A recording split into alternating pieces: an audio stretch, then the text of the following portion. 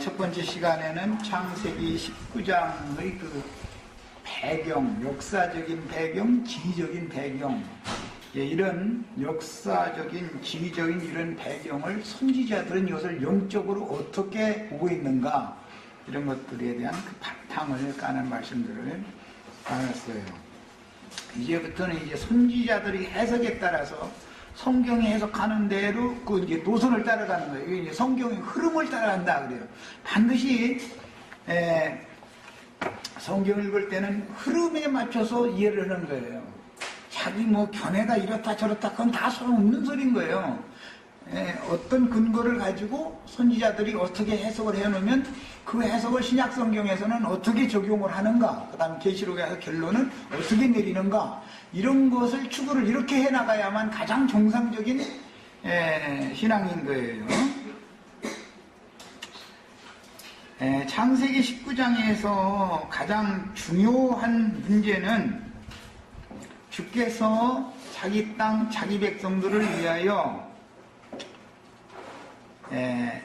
사마리아에도 예루살렘에도 그 종 선지자들을 부지런히 보내셨지만 그 종 선지자들이 증거하는, 대언하는 하나님의 말씀을 믿음으로 받아서 그 선지자들과 함께, 종 선지자들과 함께 아브라함의 집으로 상징되어지는 하나님의 영원하고 완전한 집을 건축하는 사람들이 소돔성에는 단 10명도 없었다. 이것이 이제 제일 중요한 내용이에요.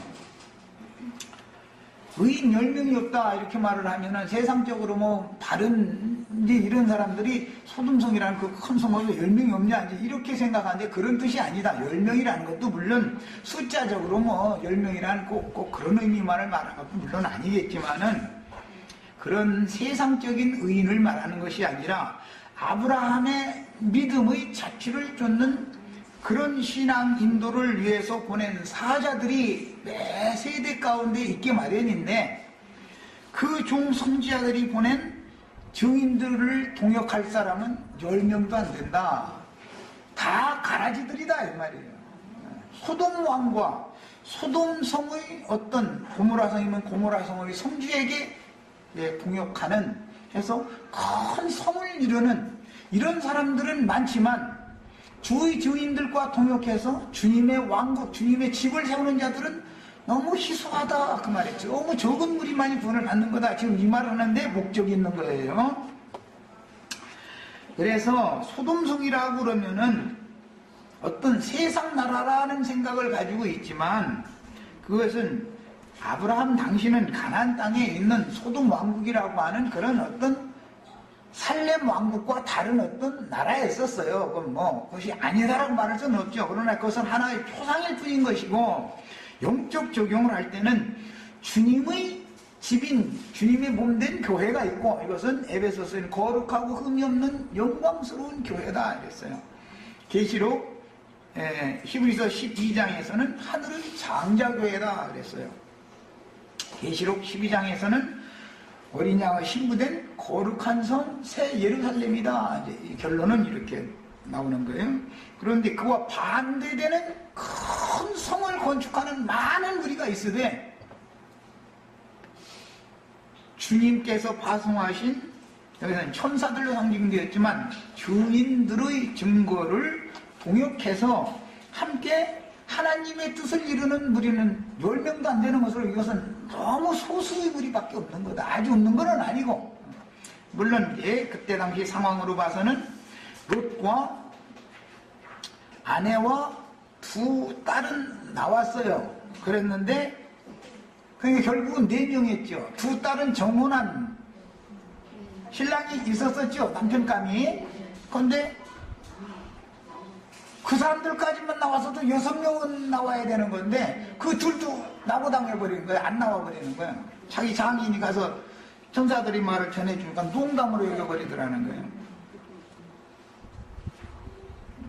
지난번에 그 소리 얼핏 농담 비슷하겠지만 지금도 창세기 18장 19장 이런 말씀을 나처럼 해석을 하고 나처럼 이해하면은 그야말로 대문제에서 웃을 줄이만 하는 것이죠. 농담으로 여길 수밖에 없는 말이죠. 오늘 첫 시간 딱 보니까 이게 농담으로 여길 수밖에 없는 말이잖아요. 벌써 배경이 시작이 다르다 이거예요. 모든 게 성경을 보는 관점이 근원부터 다른 거예요. 지금 4명이 나왔는데 그 중에서 부인은 뒤를 돌아보지 말라고 그러니 뒤를 돌아다 봤더니 나오다 말고서 소금 기둥이 됐다는 거예요.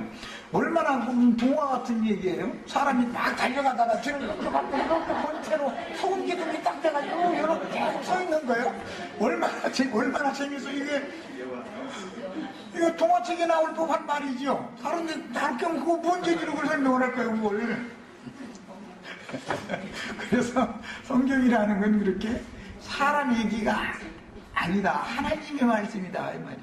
이것은 그리스도와 교회에 대해서 말하는 것이고 주님의 교회를 강탈한 마귀가 하나님의 집에 보좌를 좌정하고 있게 되면 그게 다 큰 음력교회인 것이고 음력의 머리들이 소돔성의 우두머리들이다 이거야.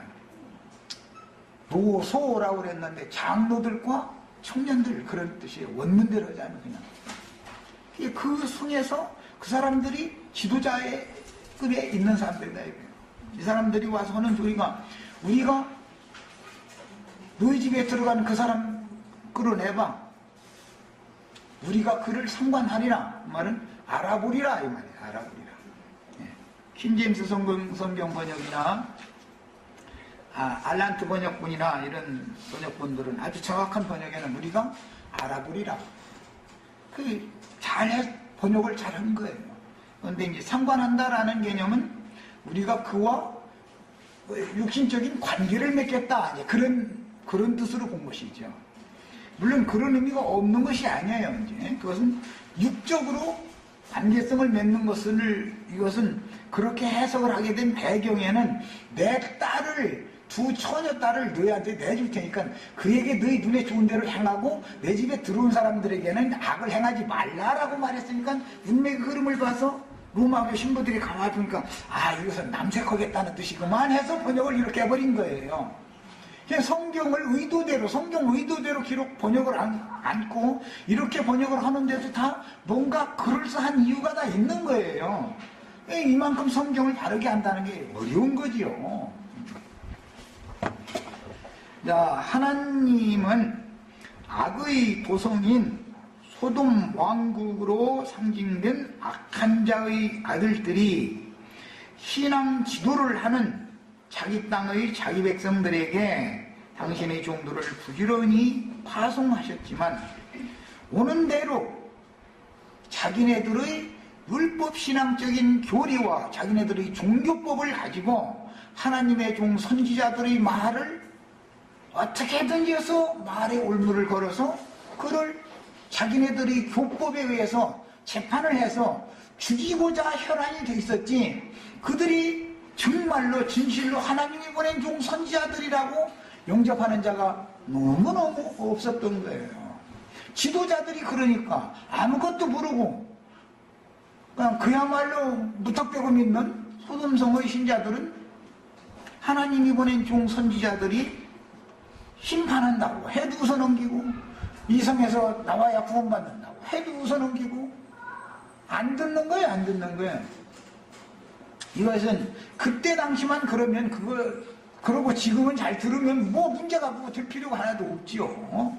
그런데 매 세대에 동일하다. 아까 본 것처럼 시간적으로는 많은 시간이 있지만 여전히 소돔성 사람들로 계속 말씀을 하는 것은 어떤 영의 역사는 후대에 살아서 주를 믿는 모든 사람들과 악령도 함께하고 진리의 영도 함께하고 두 영의 역사는 계속된다라는 걸 알 수 있죠.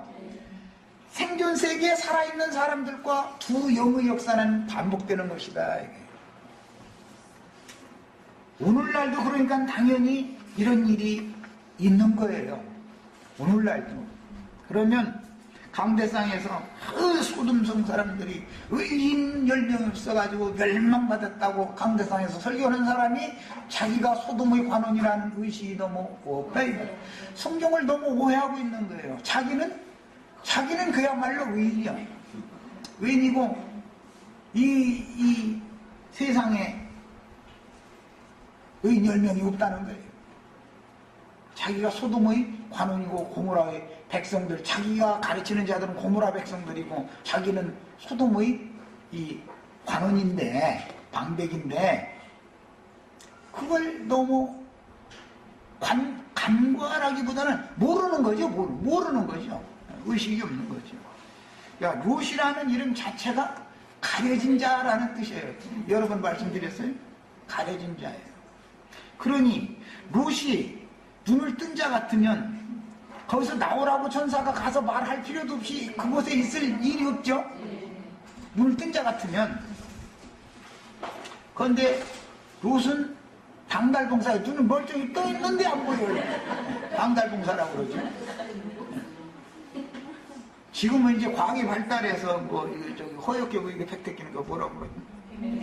백내장. 예. 이제 백내장, 뭐 녹내장 이런 걸 지금은 이제 잘 고쳐. 백내장은 수술을 쉽게 하고. 그런데 허옇게 백태가 끼면은 눈 멀쩡히 떴는데 안 보이는 거예요. 이제 그런 것이 그게 저주다 이거예요. 그런데 본인이 소돔성의 방백이고 관원으로서 소경들을 인도하는 인도자라는 의식이 전혀 없는 거예요. 그 소돔성에 말이야 의인 10명이 없었다 이러고 앉았는 거예요.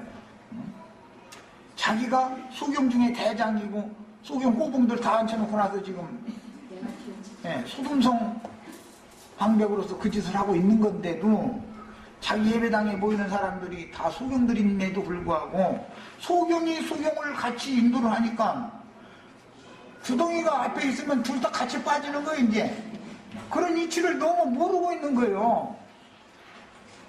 소경이 소돔성 사람들은 전부 소경들이죠. 눈을 닫고 나서 눈 다 멀게 만들어 버렸다는 거잖아요. 오늘 그거 읽었죠?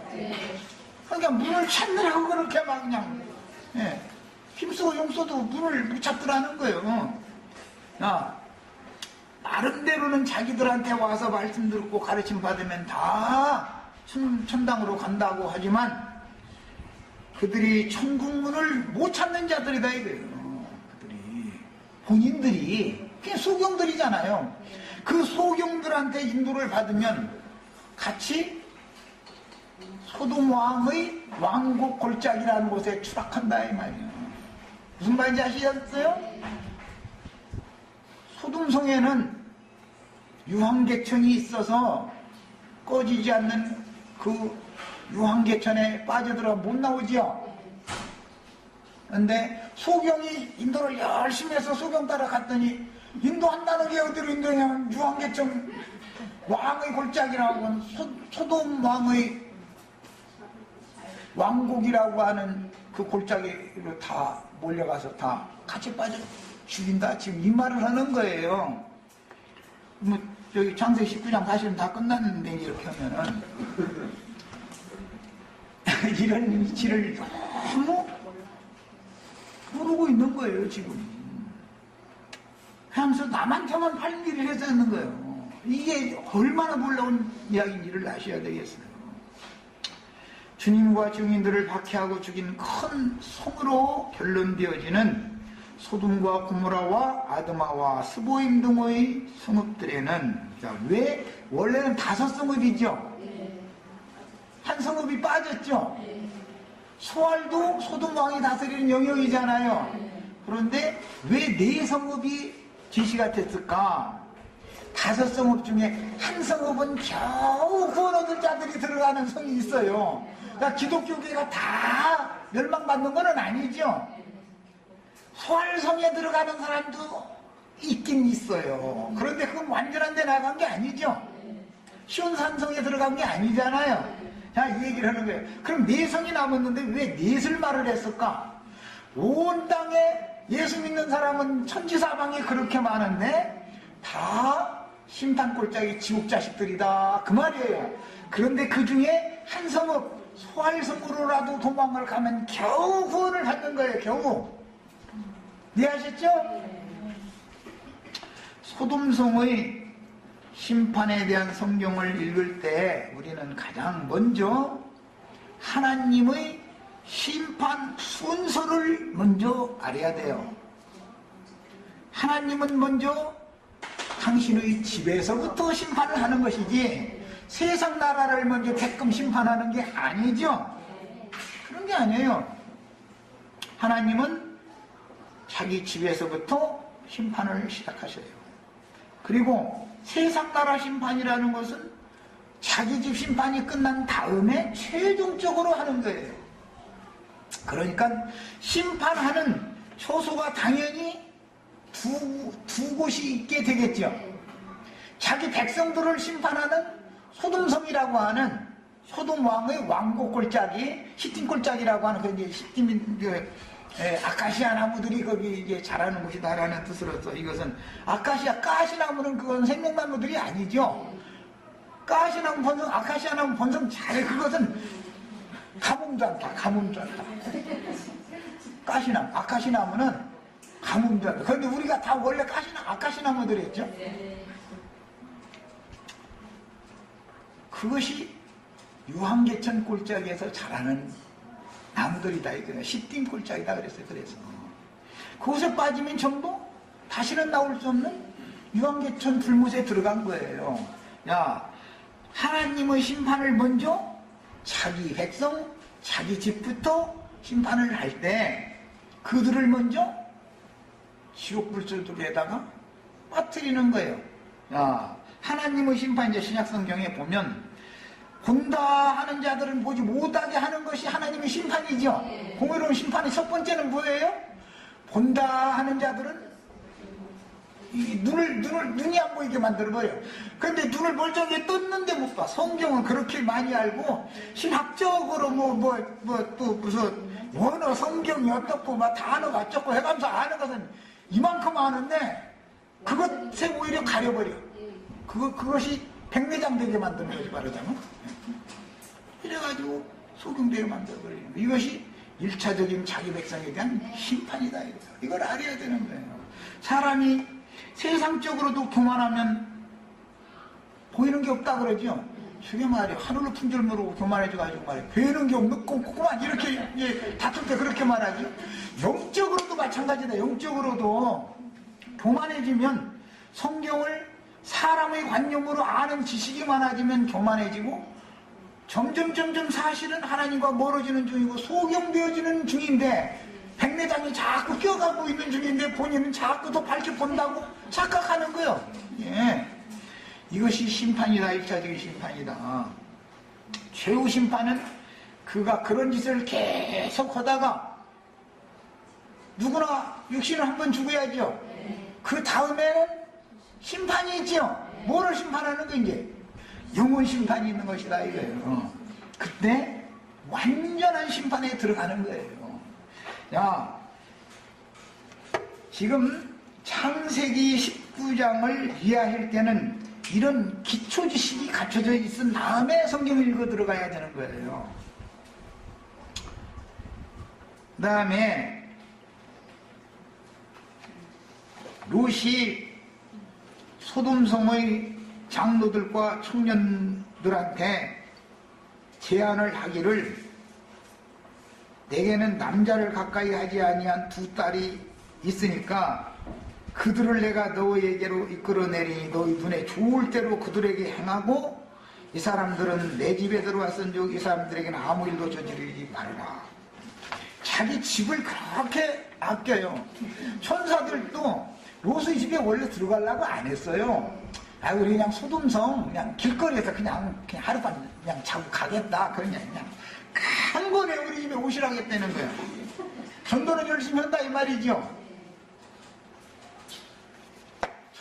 손님 하나 나오고 지나가는 나그네라도 만나기만 하면 자기 집으로 기어 끌어들여야 되는 거예요. 끌어들이는 목적은 뭐예요? 내중 삼겠다. 사실은 그 말이에요.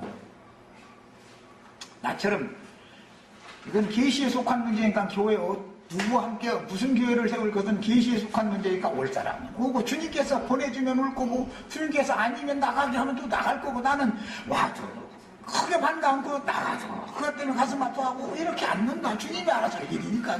어차피 주님의 백성이고 주님의 자녀들인데 뭐 나야 주님께서 붙여주신 양물에 대해서 최선을 다해서 열심히 가르치고 나의 사명을 다하면 그뿐이지. 어차피 내 종이 아니고 내 양이 아니고 주님의 종이고 주님의 양인데 내가 얼마만큼 내가 할 일만 하면 그뿐인데 종이 주제넘게 주인 노릇을 해서는 안 된다라는 것을 너무 절두절명하게 알기 때문에 그렇다고 또 반변해가지고 아 이제 그럼 다 나가자 또 그러지 말고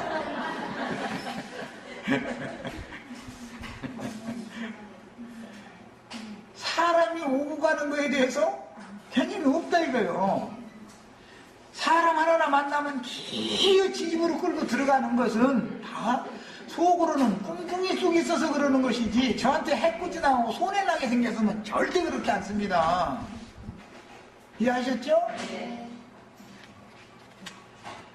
천사들이 안 들어가려고 하는 걸 강권을 했으니까 그냥 그래 그럼 들어가자 했더니 그 집에 들어가니까 소돔성 나이 먹은 사람 노소가 다 몰려온 것은 손님 왔으면 우리 집에 보내야지 왜 어디서 불러 들어온 놈이 너희 집으로 손님 채갔냐 이래서 와서 지금 이 난리를 죽이는 것이지 저희 집으로 보내줬으면 이 난리를 할 필요가 없죠. 손님 왔는데 무엇이 아이고 손님 지나가다 객인데 우리 집에 밥 한 그릇이라도 손에 날려 먹어 그냥 어차피 소돔성이 저 나라일 것 같으면 무엇이 만약에 그런 마음을 먹었다면 소돔성 사람들이 노인네 젊은이 할 것 없이 다 쫓아와가지고 몰려와가지고서 우리가 그 사람이 어떤 사람인지 알아보리라고 이 난리를 할 필요가 없죠. 내 말 이해했어요? 네. 그렇다고 또 우리 형제 사님들은 나이님은 뭐 와도 좋고 안 와도 좋대 또 이러시지 그건 계시에 속한 문제가 알아서 해라 그 말이지. 어차피 오셔도 내 사람은 아니에요. 솔직히 나는 그렇지 않아요. 내 사람 아니에요. 그래서 괜히 또 아득떠는 소리나 했어 그러면 형님이 왜 만병이었나고 지금까지 하던 대로 하시라고 이러셔야지. 길을 긁어주는 소리 살살 했었고 전화질이나 살살 했었고 뭐 이러고 뭐 했으면은 벌써 하나님이 종이 아니고 타락되어져 있다는 변질돼 가고 있다는 증거잖아요. 그게 목사들 나처럼 세상 말로 신방한다는 목회자는 다 같이 이래가지고 뭐 너무 괴롭겠어. 목사님들은 어디 하여튼 신방 다니라고 바빠서 성경 읽을 시간이 없으니까 신방을 다니면은 신방 와서 뭐 되지도 않는 소리 몇 마디 하고 가면 그 주머니에 차비가 다 들어있어. 그런데 오는데 가는데 기름값보다 10배, 20배가 되니까 그러고 열심히 다니지. 기름값도 안 나오면 그 사람 그렇게 열심히 안 다닐 거야. 아마 내가 너무 좀 심한 말 하는지 모르지만 모르지. 양심껏 하는 목사님들도 많이 있겠지만 내가 대부분 사람들은 그렇더라고. 신방을 다니는 것도 다 공짜가 아니니까 그런 거예요. 이 말이 좀 그렇네. 그렇기는 그렇지만 이것을 이 내막을 알아야 된다 이거예요.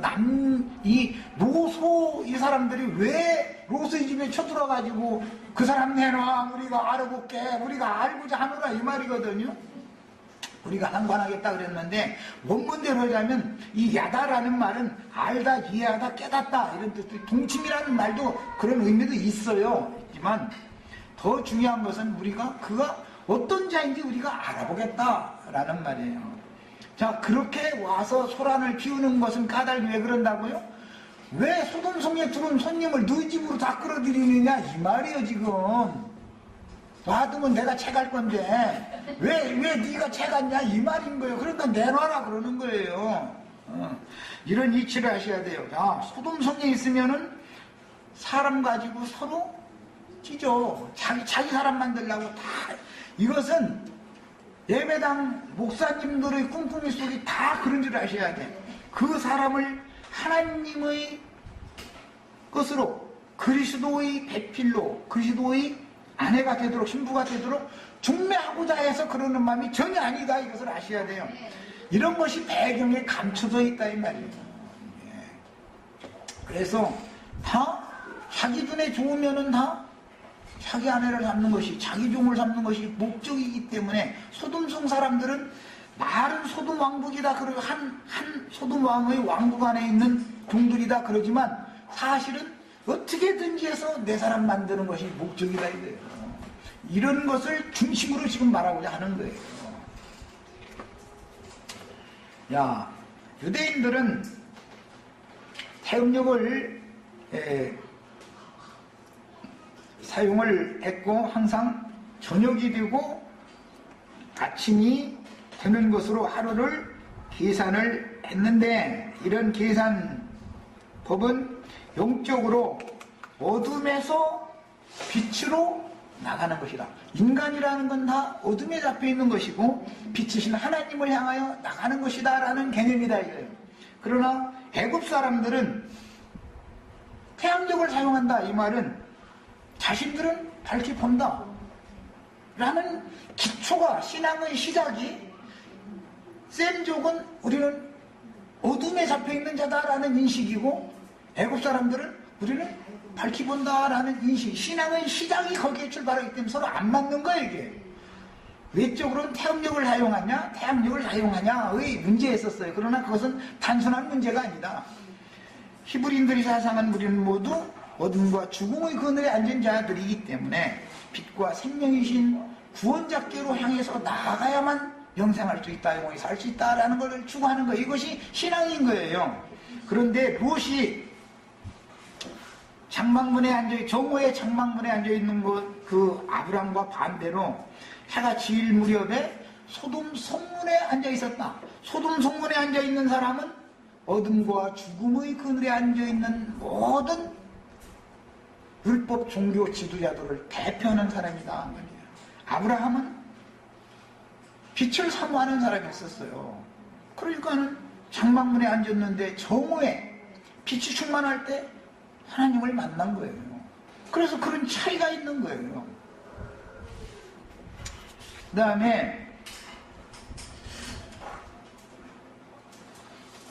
이런 셈족의 시간 계산은 영적으로는 어둠에서 빛으로 나가는 것을 상징하므로 인간은 어둠의 세상에 보냄을 받았지만 하늘의 하나님께서 비추시는 생명의 빛, 참 빛을 향해서 나아가는 것이 인생의 목적이다 라고 여겼으므로 이것이 신앙이다. 이게 셈족의 신앙이에요. 항상 셈족은 동방을 향해서 지향해서 가는 내용이 계속 나와요. 동방. 에덴에서 나올 때도 에덴은 동편으로, 동문으로 나간다. 동방을 향해서 갔다. 다 이렇게 나와요. 그 다음에 최후 심판 때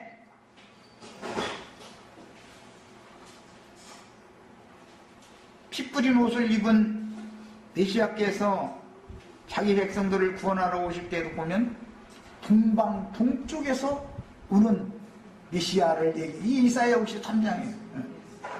동방에서 온다 이거, 동방에서. 이제 또 이런 말씀 있고 나서는 또 대한민국에 이제 우주의 동방, 여기 동방인데 동방 동국인데 여기에서 지가 나와가지고 지가 메시아가 이제 또 이런 사람도 있죠. 성경에 뭐 써놓으면은 그걸 잘 이렇게 저한테 유리하도록 이게 써먹는 이상한 사람들이 나왔고, 그러면 또 그런 사람들한테는 사람들이 이렇게 많이 모여. 또 특징이 야, 이런 거 보면 너무 참 놀라워요. 그 다음에 날이 저물 때라는 말씀은 사람들에게 일반적인 하나님의 은총으로 비추어 주셨던 생명의 빛이 떠나서 사람들의 양심은 화인맞고 그 마음은 상실한 대로 그대로 버려둔 상태. 이 사람들이 소돔성 사람들이었다. 상징이다 이게다. 기독교계 사람들은 다 인도자 자신이 양심이 화인 맞은 자다. 짐승의 인을 맞은 자다.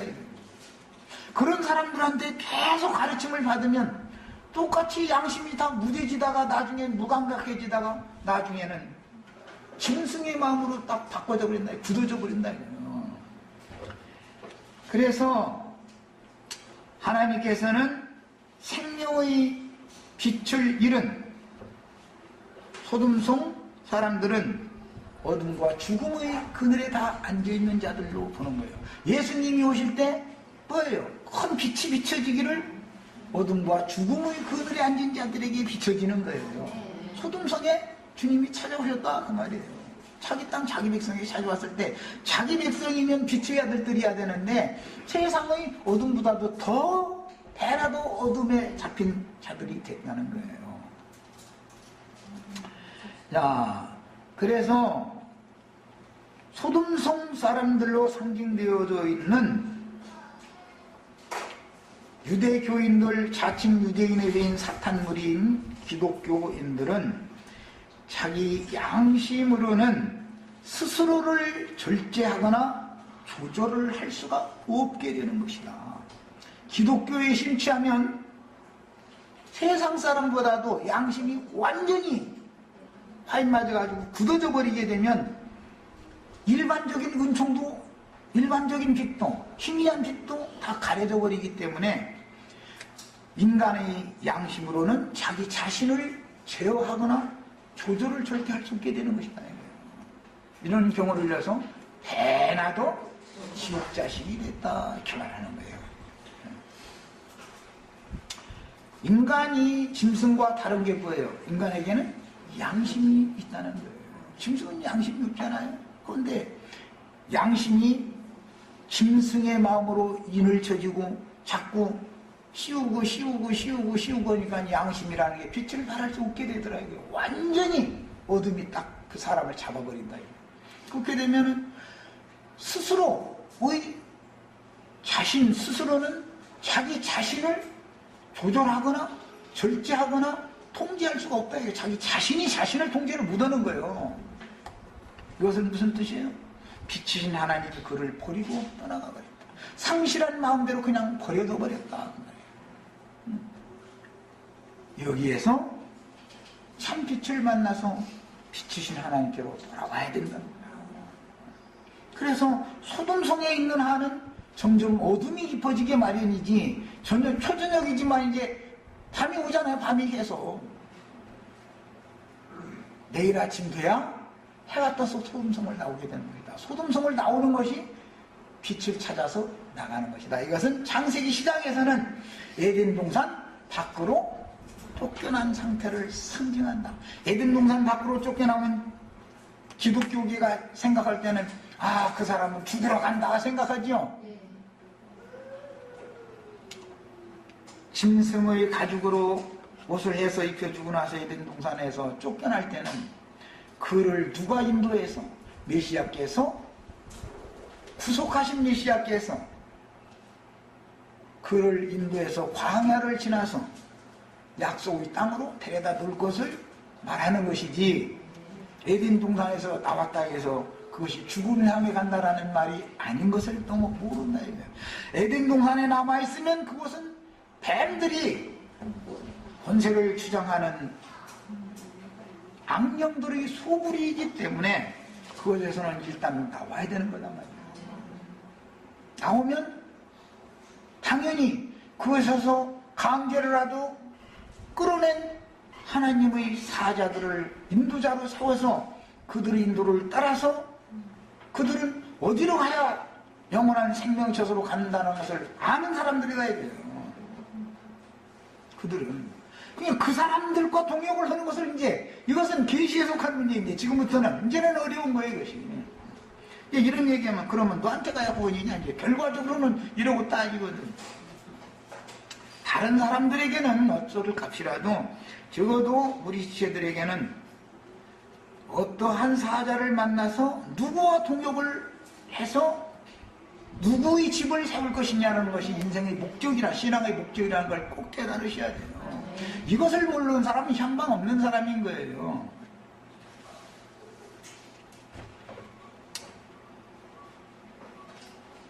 날이 저물 때라는 말은 사람들의 일반적인 하나님의 은총으로 비춰주셨던 생명의 빛이 떠나서 사람들의 양심이 점점 화인맞고 무뎌져서 상실한 마음 상태로 버려둠을 당하는 것을 상징적으로 말하는 거예요. 그래서 자기 양심으로는 스스로를 절제하거나 조절할 수 없게 되어 어둠에 잡힌 자들에게 의한 무시무시한 사건들이 일어나는 때와 그 시기가 찼다 그 말이야. 소돔성의 죄악이 찼기 때문에 오늘 이제 이 19장 이야기가 전개가 되는 거예요. 그 때가 찼다라는 말은 한 면에서는 마지막으로 메시아가 온다라는 때지요. 죄악이 정수리까지 차면 그때 구원자가 오는 거잖아요. 한 면에서는 주께서 보낸 종 선지자들을 통해서 여호와께서 그들이 증거하는 말씀이 곧 여호와가 친히 찾아오신 것인데 그 말씀을 믿음으로 받고 구원의 말씀으로 받고 믿음의 말씀으로 받아들이지 않고 배척하면 버림받는 거 이제 완전히. 거기서 그들을 그냥 버려두어요. 그곳에 빼낼 자를 일단 빼내는 거예요. 나머지는 다 그곳에 버림받은 상태죠. 그러면 그 버림받은 상태 그대로 계속 그 짓을 해가면서 살게 놔두면은 그들 세상이니까 참 좋겠지만은 지어서 심판이 집행된다. 지어서 심판이 집행돼요. 이것이 계시록의 11장에 보면 저희 주께서 죽임을 당한 것이 영적으로는 애굽이라고도 하고 소돔이라고도 하는데 두 증인들도 죽여가지고 그 큰 손길에 버려뒀다 그랬어요. 그러나 그 증인들이 하나님께서 하늘에서 이리로 올라오라 하고 하늘의 음성을 다시 들려주니까 제 발로 일어서가지고 올라가더라는 거예요. 구름을 타고. 이것이 소돔성의 심판 이야기예요. 그런데 증인들이 올라가면은 성의 10분 일이 무너지고 큰 지진이 나서 무너지고 세 갈래로 성이 갈라져 버리고 그 무너짐에 의해서 사람 7천이 죽더라 이렇게 돼 있죠. 적어도 우리 형제 자매님들은 7천만 되는 것을 7천만 돼도 좋겠다 이러시지 말고 그 7천인들과 함께 승천하기 위해서 하나님의 말씀을 증거하고 하나님의 종으로 선포하는 그런 하나님의 증인들이 다 되시는 것을 추구하셔야 되겠어요. 그 증인들과 함께 붙어서 함께 죽고 함께 장사되고 함께 승천하는 것은 최소한인 거예요. 이것은 최소한. 거룩한 성 예루살렘에 들어가 신부만 돼도 좋겠다. 그것은 최소한인 것이지 아이고 그냥 성 밖에 백성만 돼도 좋겠다 이 정도까지 나가면 여기 올 필요가 없죠. 그 사람은 소활성 생활을 하셔야지 여기 오시면 안 되는 거예요. 여호와께서 두 천사와 함께 아브라함에게 나타났을 때는 오종 때였으며 반면에 롯과 그 가족이 소돔을 떠나서 도망하여 소알성에 들어갔을 때는 해가 돋았으니 이 말은 어둠의 권세에게 붙잡혀 있던 롯이 소돔성을 탈출할 때, 즉 소돔성이라는 것이 어둠과 죽음의 처소다. 거기는 곧 심판이 임박해 있다.